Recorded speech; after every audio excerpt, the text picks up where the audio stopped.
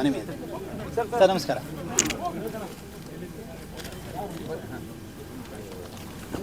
ಪ್ರಿಯ ವೀಕ್ಷಕರೇ, ಈ ವಿಡಿಯೋನ ನೋಡೋದಕ್ಕೂ ಮೊದಲು ನಮ್ಮ ಚಾನೆಲ್ ಅನ್ನ ಇನ್ನು ಸಬ್ಸ್ಕ್ರೈಬ್ ಮಾಡ್ಕೊಂಡಿಲ್ಲ ಆದ್ರೆ ತಕ್ಷಣವೇ ಸಬ್ಸ್ಕ್ರೈಬ್ ಮಾಡ್ಕೊಳ್ಳಿ. ಹಾಗೆ ವಿಡಿಯೋ ಇಷ್ಟ ಆಗಿದ್ರೆ ಶೇರ್ ಮಾಡಿ.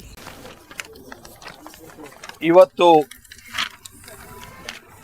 ಶಿರ್ಸಿಯ ಹೈಟೆಕ್ ಆಸ್ಪತ್ರೆ ಉಳಿಸುವ ಕಾರಣಕ್ಕೆ ಉಪವಾಸ ಸತ್ಯಾಗ್ರಹವನ್ನ ಏರ್ಪಡಿಸಿರೋದರ ಹಿನ್ನೆಲೆಯಲ್ಲಿ ನಾವೆಲ್ಲರೂ ಅದಕ್ಕೆ ಬೆಂಬಲ ಸೂಚಿಸೋದಕ್ಕೆ ಭಾರತೀಯ ಜನತಾ ಪಾರ್ಟಿಯ ಎಲ್ಲ ಜಿಲ್ಲೆಯ ಹಿರಿಯ ನಾಯಕರುಗಳು ಸಹ ಇವತ್ತಿಲ್ಲಿ ಉಪಸ್ಥಿತರಿದ್ದೇವೆ. ಈ ಹೋರಾಟಕ್ಕೆ ಭಾರತೀಯ ಜನತಾ ಪಾರ್ಟಿಯ ಸಂಪೂರ್ಣವಾದಂತಹ ಬೆಂಬಲ ಇದೆ. ಶಿರ್ಸಿಯಲ್ಲಿ ಒಂದು ಈಗಾಗಲೇ ಆಸ್ಪತ್ರೆ ಕೆಲಸ ಏನ್ ನಡೆದಿದೆಯೋ, ನಾನು ಸಭಾಧ್ಯಕ್ಷನಾದಾಗ ಇಲ್ಲಿ 250 ಬೆಡ್ ಆಸ್ಪತ್ರೆಯನ್ನ ಮಂಜೂರಿ ಮಾಡಿ ಅದಕ್ಕೆ ಬೇಕಾದಂತಹ ಸುಮಾರು 185 ಕೋಟಿ ರೂಪಾಯಿಯನ್ನ ಆವಾಗ ಮಂಜೂರಿ ಮಾಡಿ ಅದ್ರ ಕೆಲಸ ಸ್ವತಃ ಮುಖ್ಯಮಂತ್ರಿ ಬೊಮ್ಮಾಯಿ ಅವರೇ ಬಂದು ಭೂಮಿ ಪೂಜೆಯನ್ನು ಮಾಡಿ ವೇಗವಾಗಿ ನಡೀತಾ ಇದ್ದಂತ ಕೆಲಸ ರಾಜ್ಯ ಸರ್ಕಾರದ ಇತ್ತೀಚಿನ ಆರ್ಥಿಕವಾದ ಸಮಸ್ಯೆಗಳ ಕಾರಣದಿಂದಾಗಿ ಈ ಆಸ್ಪತ್ರೆಯ ಕೆಲಸ ನಿಧಾನವಾಗಿ ಆಗ್ತಾ ಇದೆ. ಅನೇಕ ಆಗಬೇಕಾದಂತಹ ಕೆಲಸಗಳು ಆಗದೇ ಇರುವಂತ ಸ್ಥಿತಿಗೆ ಬಂದಿದೆ. ಇದು ಕೇವಲ ಶಿರ್ಸಿಯ ಜನಕ್ಕಲ್ಲ, ಇಡೀ ನಮ್ಮ ಜಿಲ್ಲೆಯ ಜನಕ್ಕೆ ನೋವುಂಟು ಮಾಡಿದೆ. ನಮ್ಮ ಜಿಲ್ಲೆಯಲ್ಲಿ ಕರಾವಳಿಯ ಭಾಗದಲ್ಲಿ ಸೂಪರ್ ಸ್ಪೆಷಾಲಿಟಿ ಆಸ್ಪತ್ರೆ ಆಗಲೇಬೇಕು ಅಂತ ಜಿಲ್ಲೆಯ ಜನರ ಹೋರಾಟ ಇದ್ದೇ ಇದೆ. ಅದೆಲ್ಲವೂ ಆಗೋದಕ್ಕೆ ಬೇಕಾದಂತಹ ಪ್ರಯತ್ನವನ್ನ ನಾವೆಲ್ಲ ಜೊತೆ ಸೇರಿ ಮಾಡ್ತಾನೆ ಇದ್ದೇವೆ.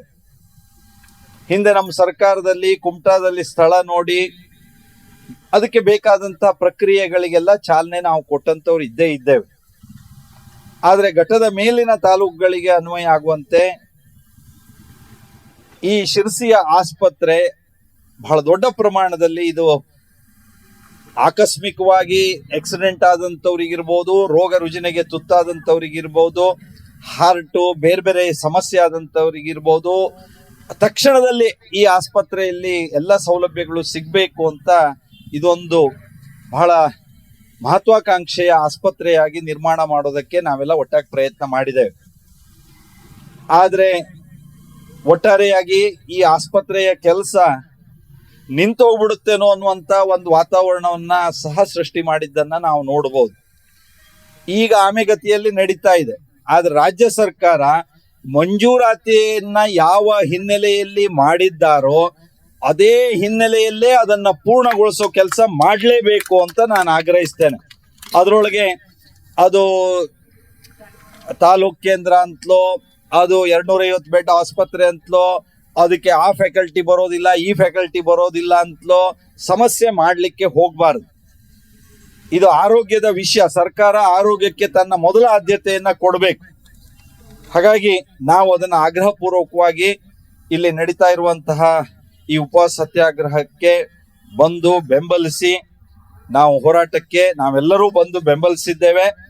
ಒಟ್ಟಾದ್ರೆ ಪರಿಸ್ಥಿತಿ ನೋಡಿದ್ರೆ ನಾನು ಒಂದೇ ಒಂದು ಮಾತು ಹೇಳ್ಬೋದು ರಾಜ್ಯ ಸರ್ಕಾರಕ್ಕೆ, ನಿಮ್ಮತ್ರ ಆಗುತ್ತಾ ಬೇಗ ಮಾಡಿ, ಜನರ ಅಪೇಕ್ಷೆಯಂತೆ ನಿರೀಕ್ಷೆಯಂತೆ ಅದನ್ನ ಮಾಡಿ, ಆಗ್ಲಿಲ್ವಾ ಅದನ್ನ ಕೆಡಿಸ್ಲಿಕ್ಕೆ ಹೋಗ್ಬೇಡಿ, ಮುಂದ್ ನಾವಾದ್ರೂ ಅದನ್ನ ಬಂದು ಸರಿ ಮಾಡ್ತೇವೆ ಅನ್ನೋ ಮಾತನ್ನ ಸ್ಪಷ್ಟವಾಗಿ ಹೇಳೋದಕ್ಕೆ ಬಯಸ್ತಾ ಇದ್ದೇನೆ. ಇವತ್ತಿಲ್ಲಿ ರೂಪಾಲಿ ನಾಯ್ಕ ಅವರು ಇದ್ದಾರೆ.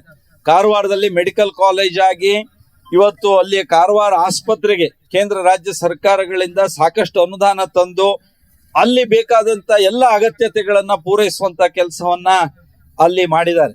ಈ ಕುಮಟಾ ಆಸ್ಪತ್ರೆ ಹಿನ್ನೆಲೆಯಲ್ಲಿ, ಸೂಪರ್ ಸ್ಪೆಷಾಲಿಟಿ ಆಸ್ಪತ್ರೆ ಹಿನ್ನೆಲೆಯಲ್ಲಿ ಪ್ರಯತ್ನಗಳು ನಡೀತಾ ಇದೆ. ಖಾಸಗಿ ವಲಯದಿಂದಲೂ ಪ್ರಯತ್ನಗಳು ನಡೀತಾ ಇರೋದನ್ನ ನಾವು ನೋಡಿದೀವಿ. ಡಾಕ್ಟರ್ ಜಿ.ಜೆ. ಹೆಗ್ಡೆ ತಂಡದವರು ಅದಕ್ಕೆ ಬೇಕಾದಂತ ಒಂದು ಆಸ್ಪತ್ರೆಯನ್ನು ಮಾಡಬೇಕು ಅನ್ನೋ ಪ್ರಯತ್ನ ಮಾಡ್ತಿರೋದು ನೋಡಿದೀವಿ.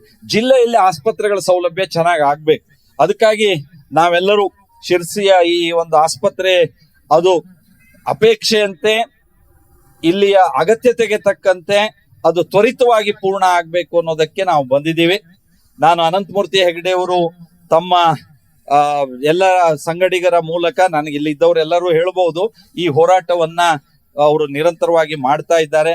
ಅನಂತಮೂರ್ತಿ ಹೆಗಡೆ ಅವರಿಗೆ ನಮ್ಮೆಲ್ಲರ ಪರವಾಗಿ ನಾವು ಒಂದು ಮಾತು ಹೇಳ್ತೇವೆ, ಆಸ್ಪತ್ರೆ ವಿಷಯದಲ್ಲಿ ನಿಮ್ಮ ಜೊತೆಗೆ ನಾವಿದ್ದೇವೆ, ನಿಮ್ಮ ಹೋರಾಟದ ಜೊತೆಗೆ ನಾವಿದ್ದೇವೆ. ಅದು ಶಿರ್ಸಿಯ ಜನತೆಗೆ ಅಥವಾ ನಮ್ಮ ಜಿಲ್ಲೆಯ ಜನತೆಗೆ ಈ ಆಸ್ಪತ್ರೆ ಬೇಗ ಆಗ್ಬೇಕು, ಆರೋಗ್ಯಕ್ಕೆ ಆ ಮಹತ್ವ ಕೊಡಬೇಕು ಅನ್ನುವಂತ ಆಗ್ರಹವನ್ನ ನಮ್ಮೆಲ್ಲರ ಪರವಾಗಿ ನಾನು ಮಾಡ್ತಾ ಇದ್ದೇನೆ. ನಮಸ್ಕಾರ.